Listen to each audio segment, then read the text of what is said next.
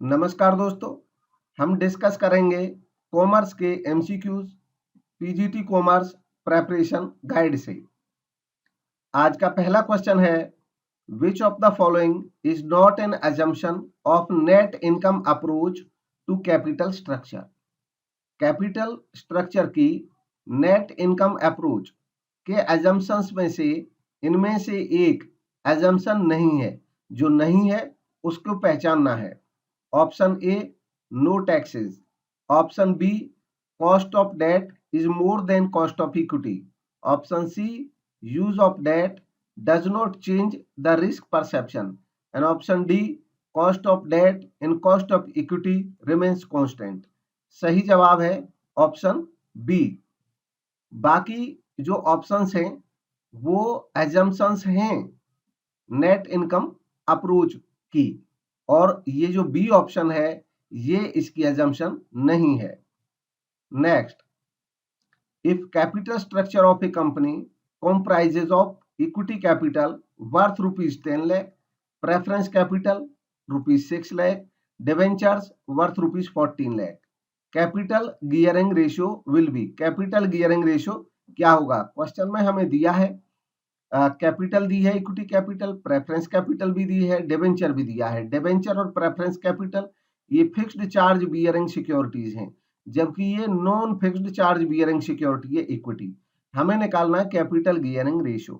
Capital gearing ratio का formula होता है, जो फिक्स्ड चार्ज बियरिंग सिक्योरिटीज हैं उनको ऊपर रखते हैं और इक्विटी को नीचे रखते हैं। तो फिक्स्ड चार्ज बियरिंग जो सिक्योरिटीज हैं, प्रेफरेंस कैपिटल एंड डिबेंचर, इन दोनों को टोटल करके लिखेंगे 20 लाख आ जाएगा, और नीचे लिखेंगे इक्विटी प्लस रिजर्व। रिजर्व इसमें है नहीं, केवल इक्विटी है 10 लाख, तो 10 नीचे रखेंगे और इस तरह इसको 10 से डिवाइड करेंगे 20 को, तो ये आ जाएगा 2। तो इसको 2/1 या 2:1 या 2 भी कह सकते हैं। ये इसका रेशियो आ गया। 2 को 2.0 भी बोल सकते हैं, इसलिए ए इसका सही जवाब है। नेक्स्ट है, which of the following is the cheapest source of finance. इनमें से कौन सा सोर्स ऐसा है फाइनेंस का जो सबसे चीप है, सबसे सस्ता है। इन्होंने सबसे सस्ते के बारे में बात करी है।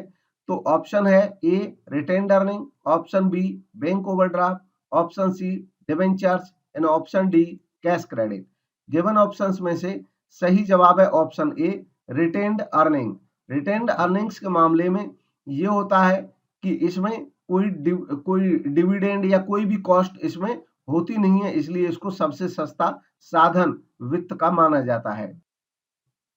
Next, which of the following provide risk capital. इनमें से कौन सा रिस्क कैपिटल प्रोवाइड कराता है? Option A, debenture, option B, equity share, option C, loan from financial institutions, option D, public deposits.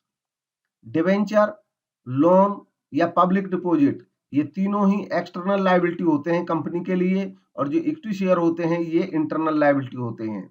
ये तीनों पे जो चार्ज दिया जाता है वो फिक्स चार्ज होता है, जबकि इक्विटी शेयर्स पे जो पेमेंट करना होता है वो डिविडेंड होता है, जो श्योर नहीं होता है। इन्वेस्टर के लिए जो शेयर्स होते हैं वो ज्यादा रिस्की ऑप्शन होता है इन्वेस्टमेंट का। बी इसका सही जवाब है, क्योंकि बाकी तीनों की नेचर एक है। तो बी इसका सही जवाब है, option B. Next, in India the company that actually deals with the corpus of the mutual fund is called. भारत में जो कंपनीज म्यूचुअल फंड के कॉर्पस को वास्तव में डील करती हैं उनको क्या कहते हैं? Option A, mutual fund company, option B, asset management company, option C, trustee company, option D, sponsor company. Given option में सही जवाब है option B, asset management company. Asset management company बोला जाता है इन कंपनीज को जो म्यूचुअल फंड के कॉर्पस को डील करते हैं। Next, which one of the following is a cash asset. इनमें से कौन सा एक कैश एसेट माना जाता है? Option A, share, option B, deposit created out of loans, option C, post office certificate, option D, bond. सही जवाब है option B, deposit created out of loan. जब कोई संस्था या जब कोई बिजनेसमैन किसी बैंक से लोन लेता है तो उस लोन का पैसा बैंक उसके अकाउंट में ही डालता है सबसे पहले, उसको deposit created out of loan कहते हैं। Next 432 dash refers to investment in foreign countries that are withdrawable at short notice such as investment in foreign stock and bonds। Question में पूछा गया है कि इनमें से कौन सा ऑप्शन ऐसा है जो जब इन्वेस्ट करते हैं फॉरेन कंट्रीज में और उसकी कंडीशन होती है कि शॉर्ट नोटिस पे उसको विड्रॉ भी किया जा सकता है, और ये जो इन्वेस्टमेंट किया जाता है ये फॉरेन स्टॉक्स में या बॉन्ड्स में किया जाता है। इसको किस टाइप का इन्वेस्टमेंट बोलते हैं? Option A direct investment, option B demand investment, option C international investment, option D portfolio investment. सही जवाब है option D portfolio investment. Portfolio investment होता है जब कोई कंपनी या जब कोई इन्वेस्टर किसी दूसरे देश में दूसरे देश की कंपनीज के वहां के शेयर मार्केट के माध्यम से उनके शेयर्स में, स्टॉक्स में, बॉन्ड्स में निवेश करते हैं, तो ऐसे निवेश को पोर्टफोलियो इन्वेस्टमेंट कहा जाता है। Next, which of the following capital budgeting और इन्वेस्टमेंट अप्रेजल मेथड, नीचे दिए गए मेथड्स में से कौन सा कैपिटल बजटिंग या इन्वेस्टमेंट अप्रेजल मेथड ऐसा है जिसमें रिक्वायरमेंट होती है knowledge of the cost of capital और रिक्वायर्ड रेट ऑफ रिटर्न की? कॉस्ट ऑफ कैपिटल या रिक्वायर्ड रेट ऑफ रिटर्न की जरूरत होती है कंपनी के शेयर होल्डर्स के लिए। ऑप्शन ए अकाउंटिंग और average rate of return method, option B net present value method, option C internal rate of return method, option D payback period method. Given options में से सही जवाब है option B net present value method. Next 434 which of the following statement is not true regarding the cost of capital of a firm? इनमें से कौन सा option cost of capital से रिलेटेड सही स्टेटमेंट नहीं है, उसको पहचानना है। ऑप्शन ए है it includes cost of preference share capital, इसमें इंक्लूड होती है प्रेफरेंस शेयर कैपिटल की cost. Option B it is arrived at after adjusting tax saving on the borrowed capital, इसकी जो कैलकुलेशन की जाती है वो बोरोड कैपिटल पे टैक्स सेविंग एडजस्ट करने के बाद होती है। ऑप्शन सी कहता है it does not include cost of retained earning, इसमें रिटेन्ड अर्निंग की कॉस्ट शामिल नहीं होती है। ऑप्शन डी कहता है it is the average of all sources of finance including own capital and borrowed capital, यह सभी सोर्सेज का एवरेज है, चाहे वो ओन कैपिटल है और चाहे वो बोरोड कैपिटल है। सही जवाब है option see it does not include cost of retained earning. तो ऐसा नहीं है, कॉस्ट ऑफ रिटेन्ड अर्निंग की भी एक कॉस्ट होती है जिसको अपॉर्चुनिटी कॉस्ट बोला जाता है, वो भी कॉस्ट ऑफ कैपिटल में शामिल रहती है। तो बाकी स्टेटमेंट सही थे ही, ये सही नहीं था। नेक्स्ट,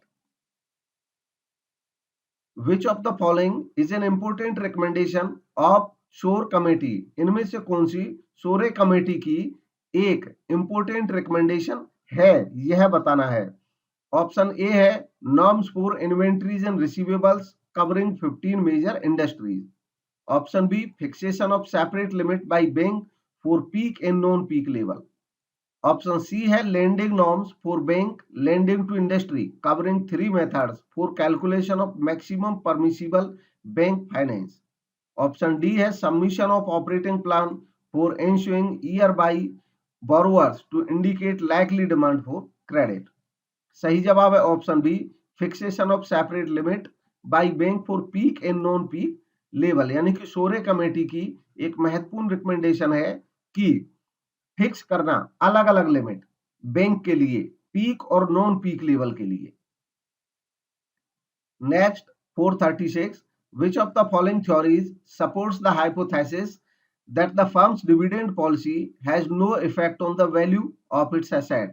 गिवन ऑप्शंस में से कौन सी थ्योरी ऐसी है जो इस बात को सपोर्ट करती है कि फर्म की डिविडेंड पॉलिसी का कोई इफेक्ट नहीं होता है उसकी एसेट्स के वैल्यू पे? Option 1 Walter model, option B Gordon model, option C Modigliani and Miller theory, option D Linder model. सही जवाब है option C Modigliani and Miller theory. Next, the goal of financial management is to, financial management का goal क्या है? Option A maximising the wealth of preference share holder, option B maximising the wealth of debenture holder, option C maximising the wealth of equity share holder, option D maximizing the profit of equity share holder. सही जवाब है option C maximising the wealth of equity share holder. Equity share holder के धन को अधिकतम करना एक goal होता है फाइनेंशियल मैनेजमेंट का। Next, Shri synthesis limited issued 10,000 10 years 8% debenture ऑफ ₹100 each at 4% discount. Shri synthesis limited ने 10,000 10 वर्ष वाले 8% इंटरेस्ट वाले डिवेंचर ₹100 का प्रत्येक 4% डिस्काउंट पे इशू किए। Under the terms of debenture trust these debentures are to be redeemed after 10 year at a premium of 5%। जो ट्रस्ट की कंडीशंस है उनके मुताबिक 5% प्रीमियम पे 10 वर्ष बाद इनको रिडीम किया जाएगा। Cost of issue is 2%। Issue की जो कॉस्ट आ रही है वो 2% है। Assuming corporate tax rate at 50%, ये मानते हुए कि कॉर्पोरेट टैक्स रेट 50% है। कैलकुलेट करना है before and after tax cost of debt capital. Calculate करेंगे, आप ट्राई करें क्या आता है, पॉज करके फिर देखें। तो इसके साथ साथ अब फिर हमारी कैलकुलेशन नोट करें। तो कैलकुलेशन इसमें कर सकते हैं। हमें कॉस्ट निकालनी है, कॉस्ट ऑफ डेट। तो देखिए डेट की कॉस्ट वो अमाउंट होती है जो बियर करनी पड़ती है कंपनी को सालाना, सालाना कॉस्ट होती है वो। अब कौन सी कॉस्ट बियर करनी पड़ती है, इसको फॉर्मूले के रूप में जब लिखेंगे तो ये लिखा जाता है कि एक तो इंटरेस्ट सालाना देना पड़ता है। कितना इंटरेस्ट देना पड़ेगा, 8%। तो ₹100 के डिवेंचर पे ₹8 की कॉस्ट तो ये हो गई। अगर ₹100 के एक डिवेंचर माने और एक डिवेंचर पे कॉस्ट निकालेंगे तो ₹8 सालाना इंटरेस्ट की कॉस्ट हो जाएगी। प्लस इंटरेस्ट के अलावा ये देखेंगे कि इस डिवेंचर में, क्योंकि ये रिडीमेबल डिवेंचर है, तो ये भी देखना होगा कि रिडीम कितना रुपया करेंगे और आज मिल कितना रुपया रहा है। ये कह रहे हैं कि 5% प्रीमियम पर रिडीम करना है, तो ₹100 के डिवेंचर पर टोटल ₹105 इनको रिडीम करने पड़ेंगे। यानी कि इनको बियर करने पड़ेंगे ₹105। ₹105 इनको देने पड़ेंगे। और आज इनको जो रुपया मिल रहा है वो कितना है, ₹100 का एक डिवेंचर है, ₹100 मिलना था, लेकिन ये 4% डिस्काउंट पे इशू कर रहे हैं तो ₹4 कम मिलेंगे, यानी कि ₹96 मिलेंगे। इसमें भी इशू की जो कॉस्ट हो रही है, फ्लोटेशन कॉस्ट 2%, ₹2 वो भी हो रही है, तो ₹2 वो भी घट जाएंगे। तो 100 में से 4 माइनस करो और 2 माइनस करो, अल्टीमेटली 4 और 2 6 हो जाएंगे। 6 100 में से घटाएंगे तो ये 94 आएंगे। तो कुल मिला करके कंपनी को आज ₹94 मिल रहे हैं और पे करने पड़ेंगे 105। तो एक शेयर पे ये भी घाटा हो रहा है, एक डिवेंचर पे ये भी घाटा हो रहा है। तो कितने रुपए का घाटा हो रहा है, ये टोटल इसको कैलकुलेट करेंगे। ये जो टोटल घाटा हो रहा है, ये हो रहा है टोटल ₹11 का। तो ₹11 का जो घाटा है, अब ये देखेंगे कि ये तो टोटल हो रहा है, टोटल 10 साल में इसको बांट देंगे क्योंकि ये डिवेंचर 10 साल के लिए है। तो 11/10 कर देंगे, इस तरह हमारे पास कॉस्ट आ जाएगी। तो ये तो सालाना कॉस्ट पड़ी हमको, ये इंटरेस्ट की कॉस्ट है और ये उस अमाउंट की कॉस्ट है जो अल्टीमेटली बियर करनी पड़ रही है हमें। हम पे करेंगे 105 रिडेम्पशन के समय पे और आज हमें मिल रहे हैं ₹94। तो ₹11 हमको ये भी एक कॉस्ट पड़ रही है इनकी। ₹11 टोटल कॉस्ट पड़ रही है 10 साल में, 10 से डिवाइड करेंगे तो 1 साल की कॉस्ट आ जाएगी। तो ये 1 साल का ब्याज और ये 1 साल की और अलग से कॉस्ट, टोटल कॉस्ट इतनी पड़ेगी।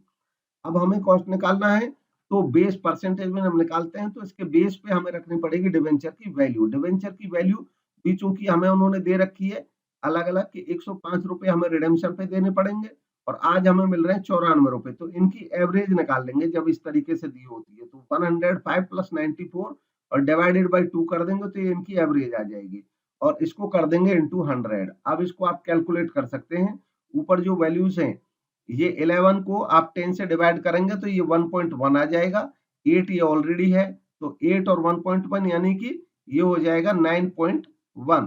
तो ₹9.10 ₹9.1 हमारी कॉस्ट पड़ रही है एनुअल। और जो एवरेज वैल्यू आएगी डिवेंचर की वो निकाल लेंगे 105 प्लस 94 यानी कि 199 डिवाइडेड बाई 2 और ये कैलकुलेट होकर के आ जाएगा 99.5। तो 99.5 यहाँ पे आ जाएगा और इनटू कर देंगे 100। अब इसको कैलकुलेट कर लेंगे कितना आता है। इसको कैलकुलेट करेंगे तो ये आ जाएगा कैलकुलेट होकर के 4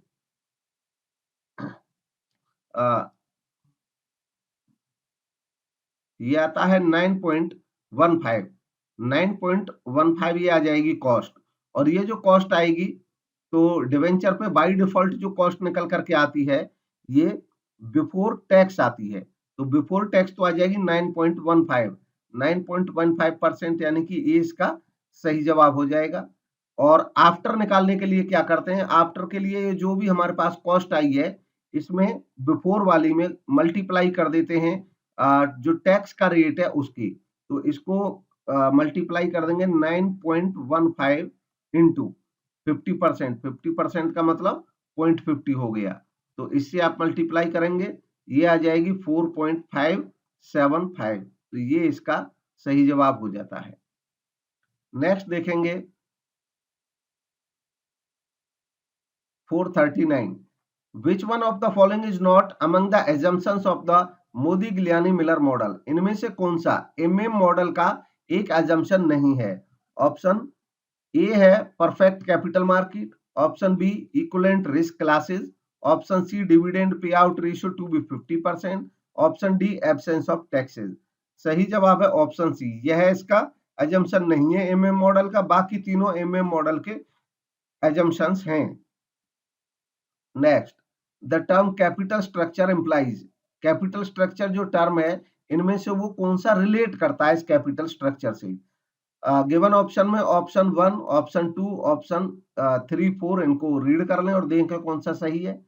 जो सही जवाब है वो है option A, share capital plus reserve plus long term date. दरअसल जितने भी लॉन्ग टर्म सोर्सेज होते हैं कैपिटल के उनके प्रोपोर्शन को ही कैपिटल स्ट्रक्चर बोलते हैं, ये तीनों चीजें शामिल हैं, तो ये तीनों ही लॉन्ग टर्म कैपिटल के रिसोर्सेज हैं, तो इनका जो कॉम्बिनेशन है या इनका जो रेशियो निकलेगा उसी को कैपिटल स्ट्रक्चर बोला जाएगा। Next, financial leverage is measured by, financial leverage measure किया जाता है किसके द्वारा?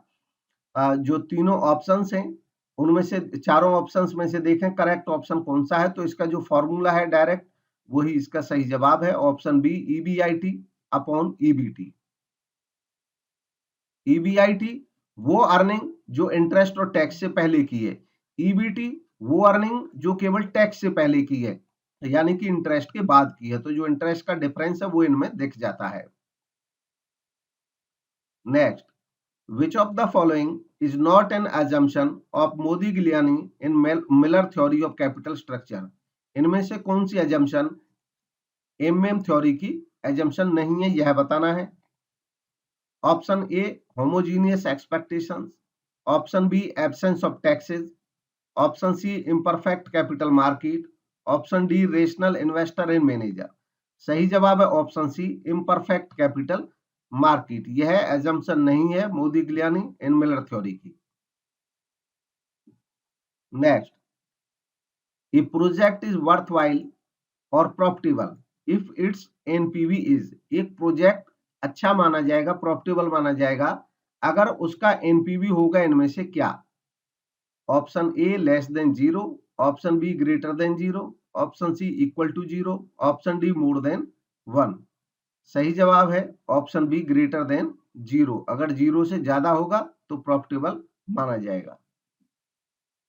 Next, writing of lost capital is one of the ways in which the share capital can be, जो लॉस्ट कैपिटल है उसको राइट ऑफ कर देना एक तरीका होता है जिससे शेयर कैपिटल को क्या किया जा सकता है। ऑप्शन ए चेंज कर सकते हैं, ऑप्शन बी रिड्यूस किया जा सकता है, ऑप्शन सी कन्वर्ट किया जा सकता है रिजर्व कैपिटल में, option D none of the above. सही जवाब है ऑप्शन बी रिड्यूस किया जा सकता है।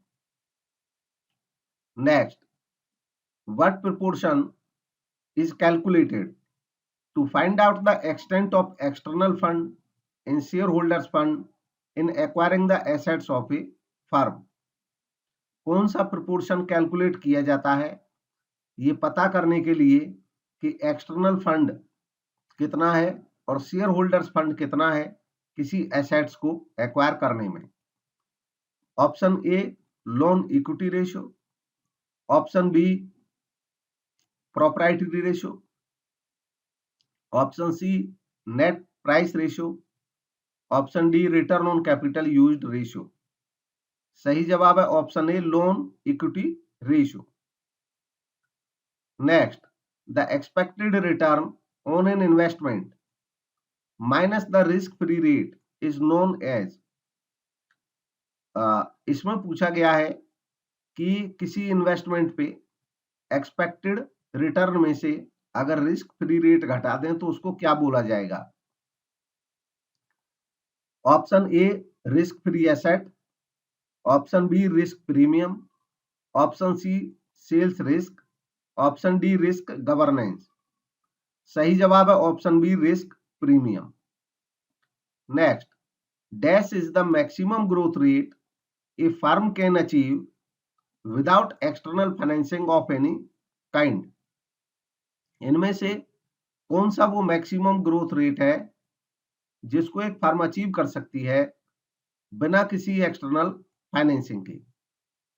Option A internal growth rate, option B sustainable growth rate, option C internal rate of receipt, option D average yield rate.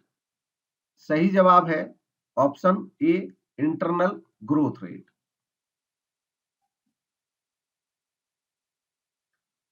Next, who developed a model for predicting bankruptcy by using financial ratios.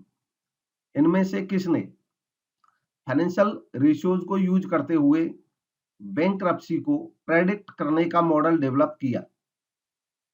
Option A John C Hall, option B Edward Altman, option C Smith and Staple, option D Lintner. सही जवाब है option B Edward Altman. Next, trading on equity is related to. Trading on equity किससे related है। Option B less borrowed fund and more share capital, option B more borrowed fund and less share capital, option C only borrowed fund, option D only share capital.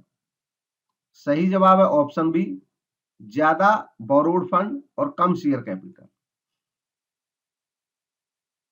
Next, the bird in hand argument describe the relation between. Bird in hand argument describe करता है relationship किसके बीच में। Option A equity share capital and dividend, option B dividend and taxes, option C dividend and uncertainty, option D dividend and growth of firm. सही जवाब है option C dividend and uncertainty. Next, due point analysis is not related with. Due point analysis इनमें से किससे related नहीं है। Option A return on capital employed, option B net profit margin, option C dividend yield ratio, option D asset turnover ratio. सही जवाब है option C dividend yield ratio. इसका due point analysis से रिलेशन नहीं है, बाकी तीनों का है। Next, the excess of total capitalization over the real value of long term asset is known as. Long term assets की जो रियल वैल्यू है उनसे टोटल कैपिटलाइजेशन जितना ज्यादा है। Option A over capitalization, option B under capitalization, option C excess capital, option D watered capital. सही जवाब है option D watered capital. Next, fill in the blank. Dash is a rate of return which actually equates the present value of expected cash inflows with the present value of expected cash outflows. इनमें से कौन सा return है जो वास्तव में expected cash inflows के present value को एक्सपेक्टेड कैश आउटफ्लोज के प्रेजेंट वैल्यू के बराबर करता है। Option A internal rate of return, option B return on investment, option C average rate of return, option D return on asset. सही जवाब है option A internal rate of return. Next, if a dividend of 40% is declared on a share of face value of rupees 10 having market price of rupees 50, then the actual return to the investor will be। अगर 10 रुपए के face value वाले share पे 40% dividend declare किया जाए, जिस share की market price 50 है, तो इन्वेस्टर को कितना रिटर्न मिलेगा। ऑप्शन चारों देखें और कौन सा सही हो सकता है, इसको कैलकुलेट करेंगे। कैलकुलेट करने का तरीका है कि ये देखेंगे डिविडेंड कितना मिल रहा है। फेस वैल्यू 10 रुपये है, तो इस पे डिविडेंड 40% 4 रुपए मिलेगा। 4 रुपए का डिविडेंड मिलेगा और इन्वेस्टर को तो मार्केट प्राइस पे खरीदना पड़ेगा शेयर 50 रुपए पे, मार्केट प्राइस उसको 50 पे करना पड़ेगा। तो जो रिटर्न है वो 4/50 इंटू 100 करके कैलकुलेट हो जाएगा। इसको कैलकुलेट करेंगे तो ये आ जाएगा 50 से 2 ये कट जाएगा और 2 इंटू 4 8 आ जाएगा। तो 8% इसका सही जवाब हो जाएगा ऑप्शन बी। नेक्स्ट है, A limited has issued 2000 equity shares of ₹100 each at fully paid up. A limited issue करती है 2000 इक्विटी शेयर 100 रुपए का प्रति एक। कंपनी अर्न करती है प्रॉफिट 20,000 रुपए का आफ्टर टैक्स। मार्केट प्राइस है शेयर का 160 रुपए पर शेयर। इस शेयर पर डिविडेंड पे किया गया at the rate of 8 rupees per share. Find out the cost of equity capital using the earning yield method. तो कॉस्ट ऑफ इक्विटी क्या होगी, जो इक्विटी शेयर पे कंपनी को पे करनी पड़ेगी, कॉस्ट बियर करनी पड़ेगी। तो इक्विटी शेयर पे डिविडेंड देना पड़ेगा। अर्निंग यील्ड मेथड के हिसाब से पूछ रहे हैं, तो इसका मतलब अर्निंग यील्ड देखनी पड़ेगी। तो अर्निंग यील्ड क्या होती है, कितना अर्न कर रहे हैं पर शेयर। ये कह रहे हैं 20,000 आफ्टर टैक्स इनको प्रॉफिट हो रहा है। तो 20,000 जो प्रॉफिट है इसको डिवाइड करेंगे नंबर ऑफ शेयर से, तो हमको अर्निंग यील्ड पता चल जाएगी, यानी कि पर शेयर अर्निंग ईपीएस पता चल जाएगा। 20,000 को डिवाइड करेंगे 2,000 नंबर ऑफ शेयर्स हैं, 2,000 से डिवाइड करेंगे तो ये आ जाएगा 10 रुपीज। तो 10 रुपी आ गया पर share earning, earning per share EPS.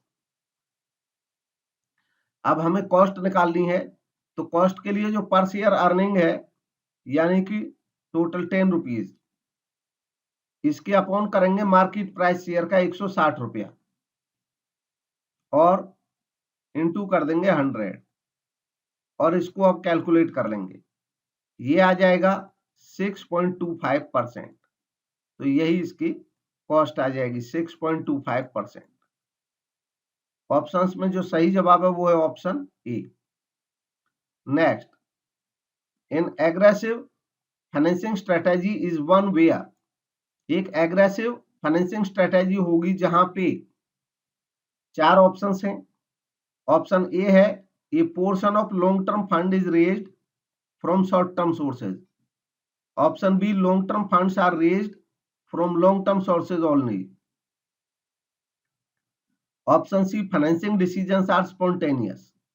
Option D a portion of short term funds is raised from long term sources. सही जवाब है ऑप्शन ए, लॉन्ग टर्म फंड्स का भी एक पोर्शन जो है वो रेज किया जाता है शॉर्ट टर्म सोर्सेज से। जब लॉन्ग टर्म फंड को भी हम थोड़ा बहुत शॉर्ट टर्म सोर्सेज से पैसा ले रहे हैं तो ये एग्रेसिव फाइनेंसिंग स्ट्रेटेजी कही जाएगी। Next, in modern times a finance manager is not concerned with. आधुनिक समय में फाइनेंस मैनेजर का इनमें से कौन सा काम नहीं है। Option A allocation of funds to different project.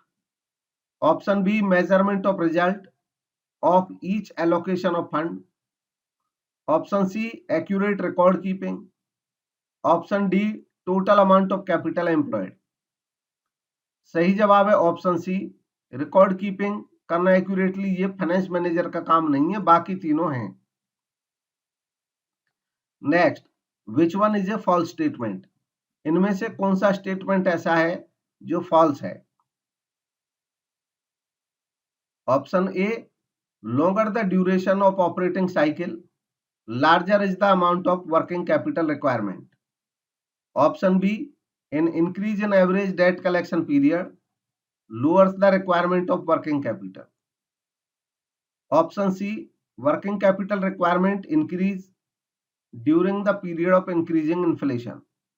And option D, net working capital of a firm is that portion of current asset which is financed by long term funds. In options में से option B जो है ये false है, बाकी सब correct हैं।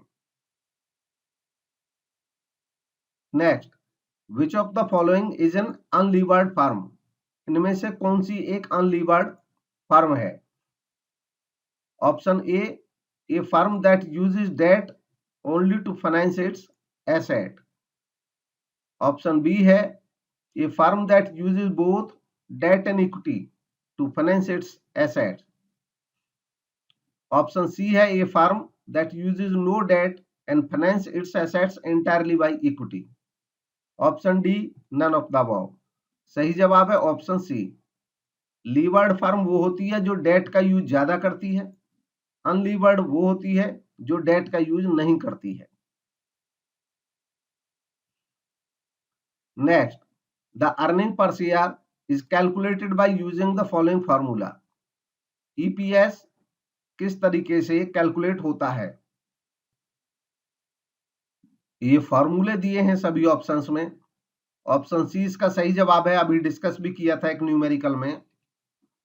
Profit after tax जो होता है उसको डिवाइड करेंगे नंबर ऑफ शेयर्स से, तो ईपीएस आ जाएगा। Next, which one does not affect the choice of capital structure? इनमें से कौन सा कैपिटल स्ट्रक्चर के चॉइस को अफेक्ट नहीं करता है?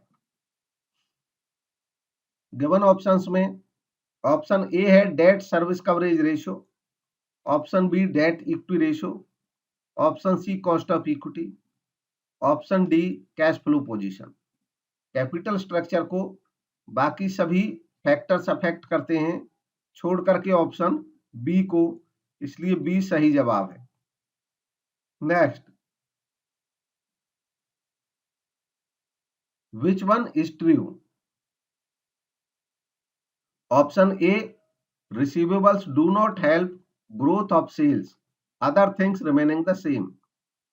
ऑप्शन बी है seasonal dating requires a firm's customers to pay in early part of the season.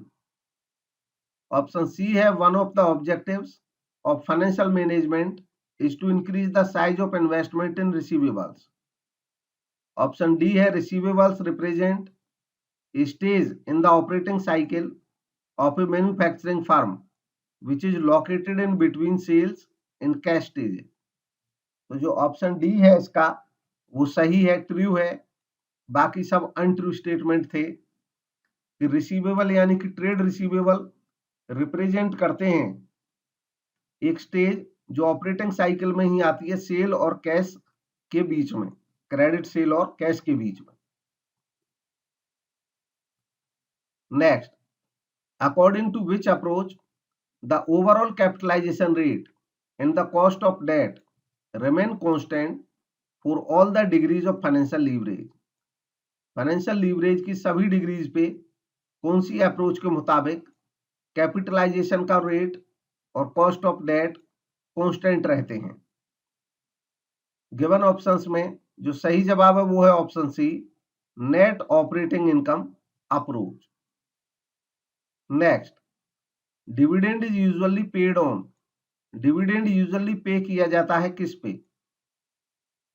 Given options में सही जवाब है option B, paid up capital. Paid up capital पे डिविडेंड की पेमेंट होती है। Next, which one is correct? इनमें से कौन सा करेक्ट है? तो जो गिवन ऑप्शंस हैं इनमें से पहला option, any amount of fund can be generated through trade credit. Option B है factoring does not create any charge on the asset of the firm. Option C है rate of interest offered on public deposits usually lower than offered on bank deposit. Option D convertible debentures can be converted before the expiry of specified period। Given options में option B केवल correct है, बाकी सब incorrect statement है। Next, capital structure of a company is related with. Capital structure इनमें से किससे related है? गिवन ऑप्शंस में option A share holder fund, option B long term debt, preference share capital and equity capital, option C debenture and loan, option D total asset less liability. सही जवाब है option B long term debt, preference share capital, equity capital. जितने भी long term sources हैं उन सब से मिलकर बनता है capital structure. Next, a project cost ₹50,000, scrap value 10,000, life 5 years, and annual average income before depreciation and tax 16,000. Assuming tax rate 50% and depreciation on straight line basis, find out payback period. Payback period में ये देखा जाता है कितने दिन में हमारा investment वापस मिल जाएगा। तो प्रोजेक्ट की कॉस्ट 50,000 है, 50,000 रुपये हमें कितने दिन में वापस मिल जाएंगे यह देखना है। इसके लिए हमें एनुअल कैश का इनफ्लो देखना होगा। क्वेश्चन में प्रॉफिट या इनकम दी है डेप्रिसिएशन और टैक्स से पहले 16,000। तो सबसे पहले हम देखेंगे डेप्रिसिएशन कितना है, टैक्स कितना है। टोटल 50,000 कॉस्ट है, स्क्रैप वैल्यू 10,000 है, तो जो यूज हो जाएगी इसकी वैल्यू वो 40,000 होगी। प्रोजेक्ट की 50,000 की खरीद है और यूज 5 साल करेंगे, 5 इयर्स लाइफ है, उसके बाद 10,000 बच जाएगा। तो 50 - 10 करा 40,000 को हम कंज्यूम कर लेंगे 5 साल में, तो 5 से डिवाइड करेंगे तो डेप्रिसिएशन निकल आएगा और डेप्रिसिएशन आ जाएगा 8,000। अब यहाँ पे जो प्रॉफिट है वो 16,000 है डेप्रिसिएशन से और टैक्स से पहले। 16 में से 16 में से 8,000 घटा देंगे तो आफ्टर डेप्रिसिएशन प्रॉफिट आ जाएगा फिर 8,000। इस पे टैक्स लगाएंगे, प्रॉफिट में से डेप्रिसिएशन घटा लिया, फिर प्रॉफिट बच गया after depreciation but before tax. Tax 50% घटाएंगे यानी कि इसका 50% हो जाएगा 4,000। तो 8,000 का 50% 4,000, ultimately profit after depreciation and tax बचा हमारे पास 4,000। अब 4,000 का जो प्रॉफिट बचा, चूंकि हमें पता है इसमें से हमने डेप्रिसिएशन भी घटाया था 8,000, जबकि जो 8,000 डेप्रिसिएशन है वो एक नॉन कैश आइटम है। डेप्रिसिएशन प्रॉफिट निकालने के लिए घटाते हैं बट इससे कैश नहीं घटता है। तो 8,000 फिर से जोड़ देंगे इसमें 4,000 में, तो हमारे पास प्रॉफिट आ जाएगा वो प्रॉफिट जो बिफोर डेप्रिसिएशन है बट आफ्टर टैक्स है। तो इस तरीके से 4,000 में 8,000 जोड़ने से 12,000 आ जाएंगे और जो 12,000 रुपए ये सालाना माना जाएगा कितना इनफ्लो होगा हमारा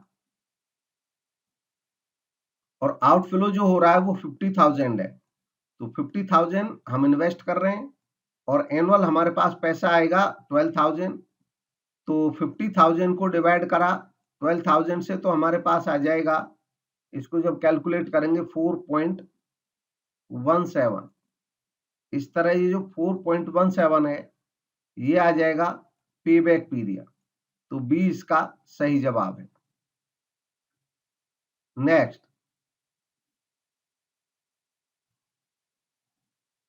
ये प्रोजेक्ट कॉस्ट ₹15,000, एक प्रोजेक्ट की कॉस्ट 15,000 है, स्क्रैप वैल्यू 3,000 है। इसका income before depreciation and tax during 5 years is 3,000, 3,600, 4,200, 4,800 and 6,000। Assume करते हैं tax rate 50% and depreciation straight line basis पे। एवरेज रेट ऑफ रिटर्न इस प्रोजेक्ट का क्या होगा? एवरेज रेट निकालने के लिए, ARR निकालने के लिए हमें इसकी अर्निंग चाहिए कि पर एनम कितनी अर्निंग करेगा। पिछले 5 साल के जो प्रॉफिट हैं इनका एवरेज पहले निकल आएगा। एवरेज में 3 plus this plus this plus this plus this, इनको पांचों को टोटल करेंगे और डिवाइड कर देंगे 5 से, तो एवरेज निकल आएगा। इन पांचों को टोटल करेंगे तो वो हो जाएगा 21,600 और उसको डिवाइड कर देंगे 5 से, तो ये आ जाएगा 4,320। अब इसमें एडजस्ट करेंगे डेप्रिसिएशन और टैक्स का, तो जो डेप्रिसिएशन है वो कैलकुलेट करेंगे। डेप्रिसिएशन होगा, प्रोजेक्ट की कॉस्ट 15,000 है, स्क्रैप वैल्यू 3,000 है, 15 माइनस 3 करेंगे 12,000 आ जाएगा और 12,000 में डिवाइड करेंगे नंबर ऑफ ईयर्स का, तो ये आ जाएगा 5 ईयर्स का, डिवाइड करेंगे 5 ईयर्स के प्रॉफिट दिए हैं, तो 12,000 डिवाइडेड बाई 5,